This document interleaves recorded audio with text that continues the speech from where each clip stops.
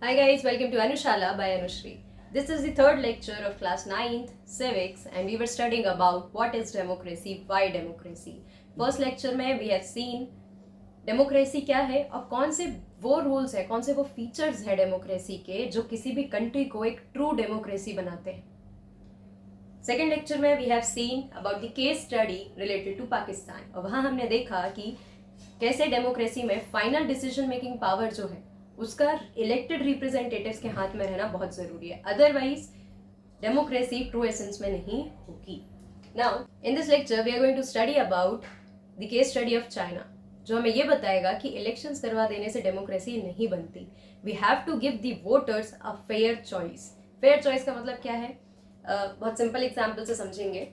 Suppose this is you, ठीक है, और मैंने आपको बोला दैट अगर आप एग्जाम में अच्छे मार्क्स स्कोर करते हैं तो मैं आपको आइसक्रीम खिलाऊंगी, ठीक है, और आपने अच्छे मार्क्स स्कोर किए और मैंने आपसे कहा कि चलो ठीक है आज तुमको आइसक्रीम खिलाते हैं.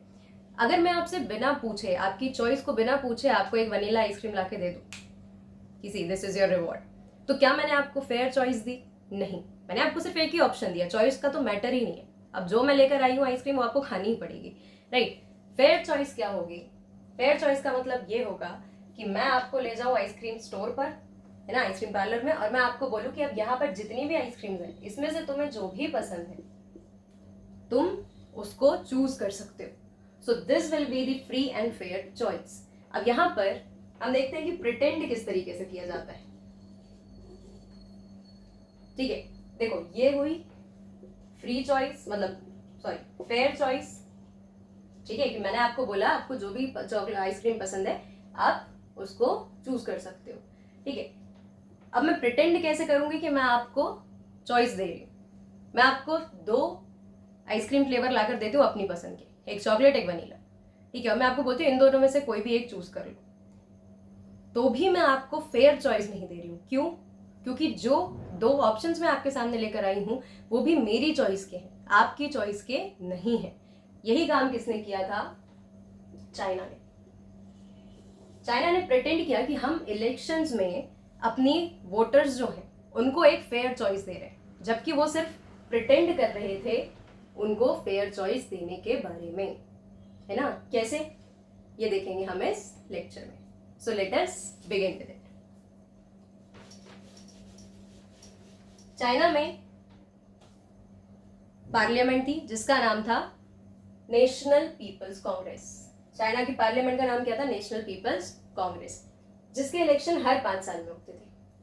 मतलब इलेक्शंस हो रहे हैं, पार्लियामेंट है, तो अगर आप ऊपर से देखोगे तो आप ये समझ लोगे कि ये एक डेमोक्रेटिक कंट्री है, लेकिन ट्रू सेंस में क्यों नहीं है देखते हैं. Power to appoint the president. ये जो नेशनल पीपल्स कांग्रेस है, यानी यहाँ जो पार्लियामेंट है, इसके पास क्या राइट है? Right to appoint the president, है ना. यहाँ की पार्लियामेंट किसको अपॉइंट कर सकती है?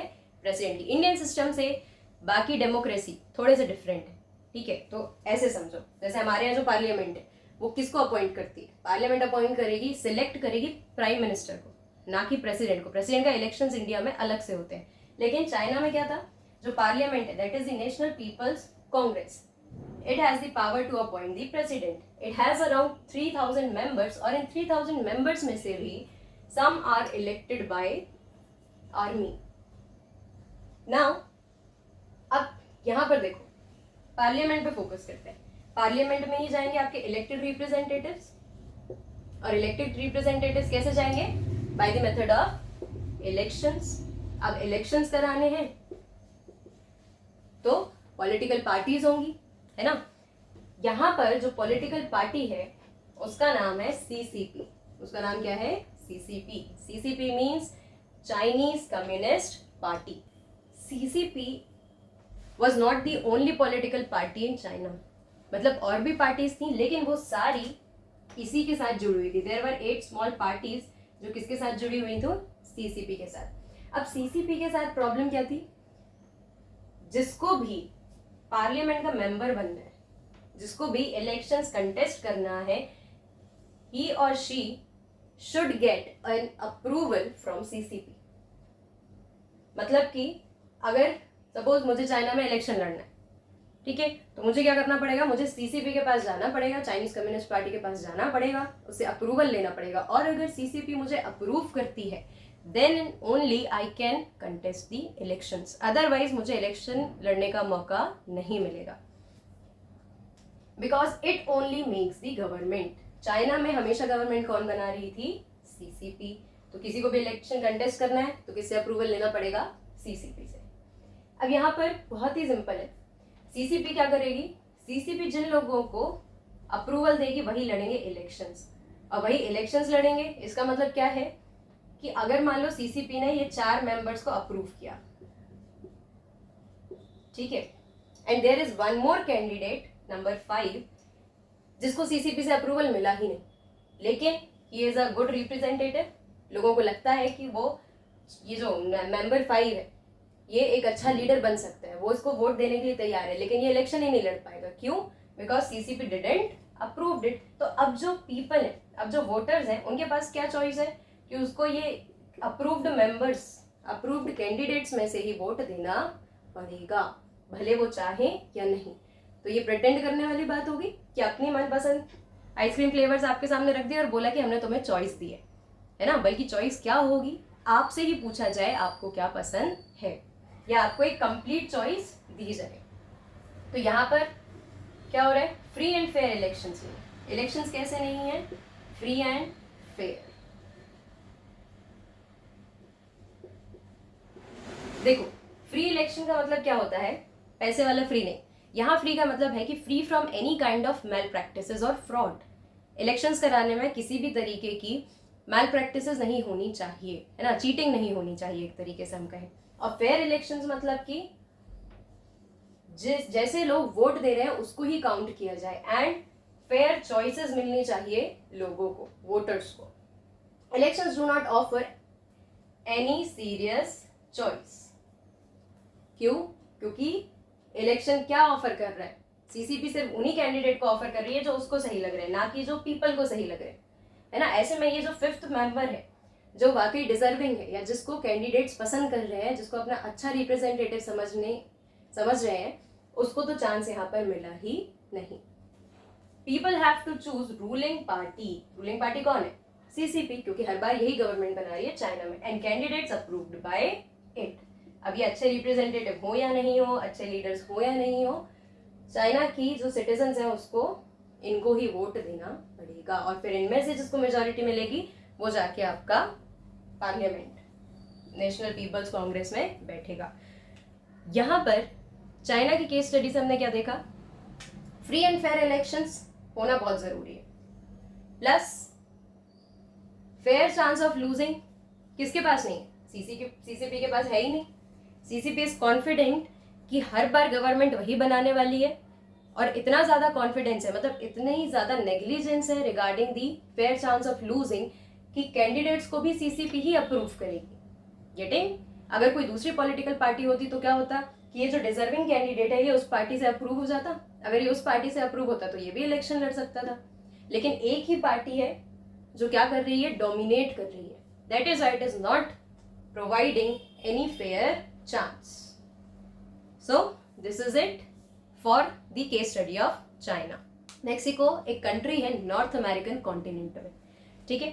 अब मैक्सिको के बारे में क्या केस है, elections for president happens in every 6 year. Generally politics में हम देखते हैं जो टेन्योर होता है, मतलब रूलिंग पीरियड किसी भी एक पोजीशन के लिए, वो होता है 5 साल, लेकिन it can be different in different countries. तो यहाँ पर प्रेसिडेंट के लिए इलेक्शंस कितने साल में होंगे, इन 6 years. Then until 2000 every election was won by PRI. 2000 तक सारे इलेक्शंस किसने जीते, PRI. PRI was a political party whose full form was Institutional Revolutionary Party. Institutional Revolutionary Party. Institutional Revolutionary Party जो है, थोड़ा सा फुल फॉर्म इसका आगे पीछे है लेकिन हम समझ लेंगे।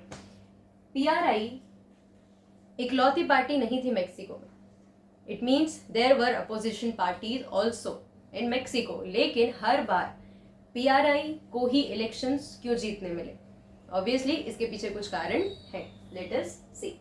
Because PRI use dirty tricks for winning. जीतने के लिए PRI ने क्या किया, बहुत सारी डर्टी ट्रिक्स को यूज किया.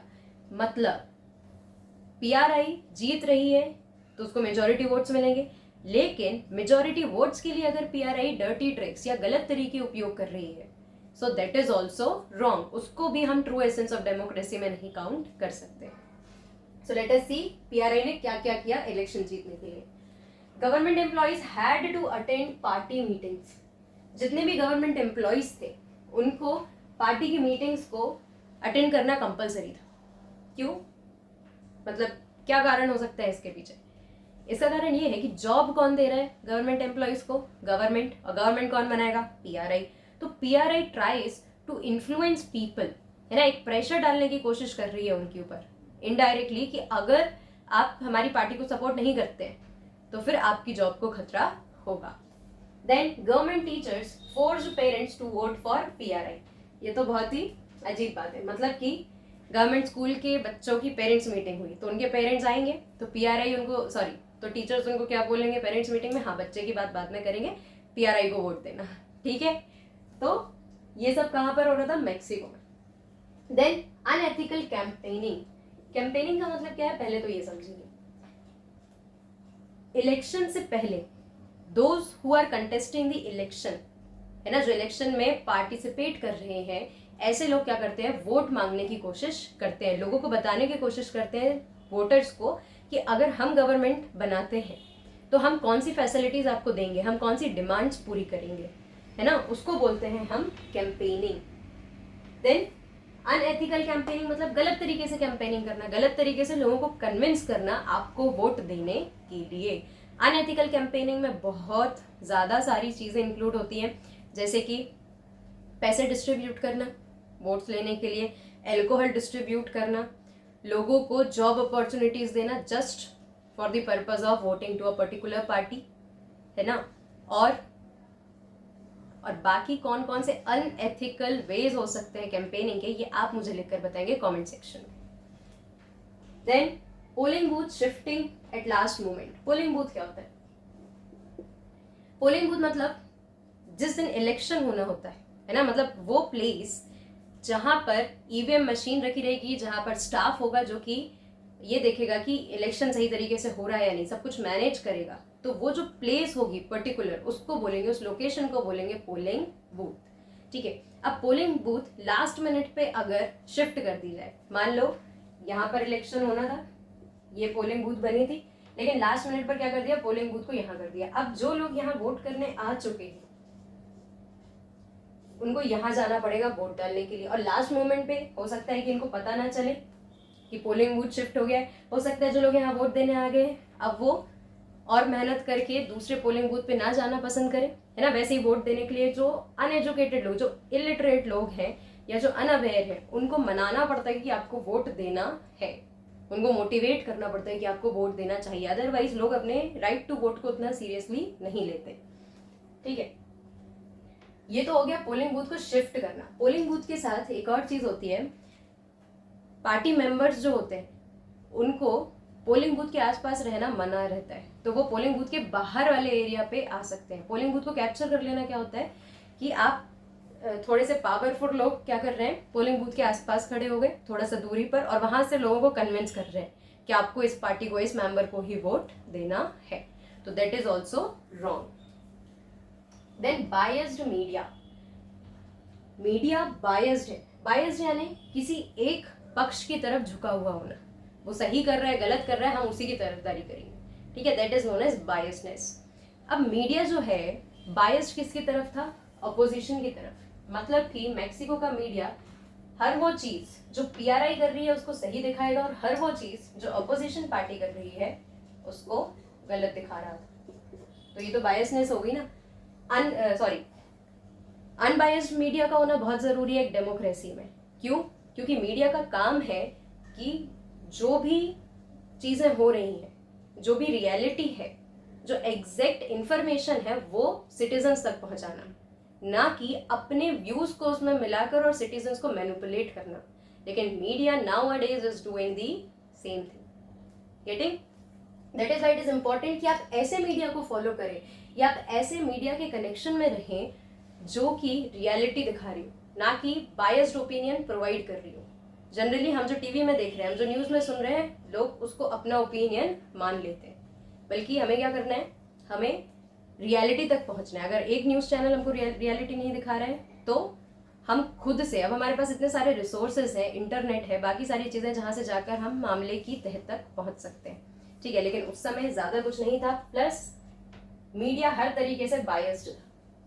दैट इज वाई अपोजिशन कभी भी जीत ही नहीं पाई। कहने को अपोजिशन भी है, मल्टी पार्टी सिस्टम है, लेकिन मल्टी पार्टी सिस्टम होने के बाद भी तो हम कोई रियल चॉइस नहीं दे रहे ना, हम मतलब PRA मेक्सिको, है ना।